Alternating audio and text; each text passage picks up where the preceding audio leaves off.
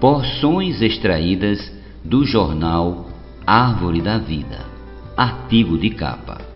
Conversa com o leitor, a porta formosa do templo. A ação do Espírito Santo entre os primeiros cristãos foi muito forte. Logo na primeira pregação do apóstolo Pedro, 3.000 foram salvos e batizados. Lucas, o escritor do livro de Atos, diz que acrescentava-lhes o Senhor dia a dia os que iam sendo salvos. Atos 2,47. O capítulo 3 é um exemplo perfeito de como o Espírito agia para fazer aumentar o número deles.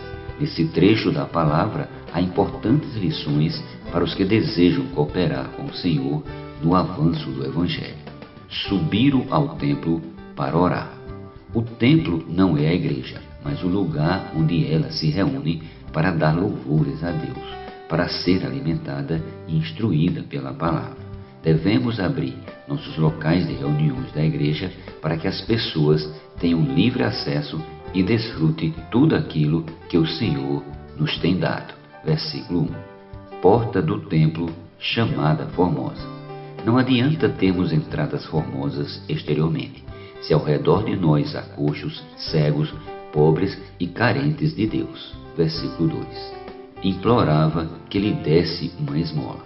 Devemos ajudar as pessoas a enxergarem que há uma necessidade mais profunda do que apenas comer e beber.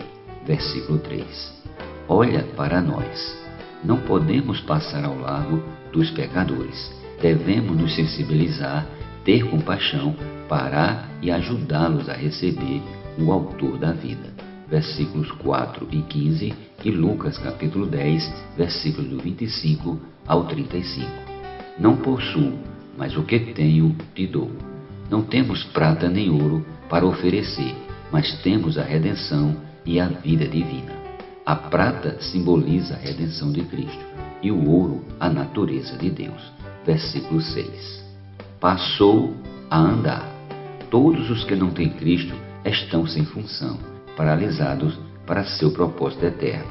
Todos precisam ser restaurados para que possam dar na direção do alvo que Deus lhes estabeleceu. Versículo 8, parte A.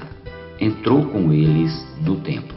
Devemos nos comover com o fato de existirem mais pessoas fora do templo do que dentro.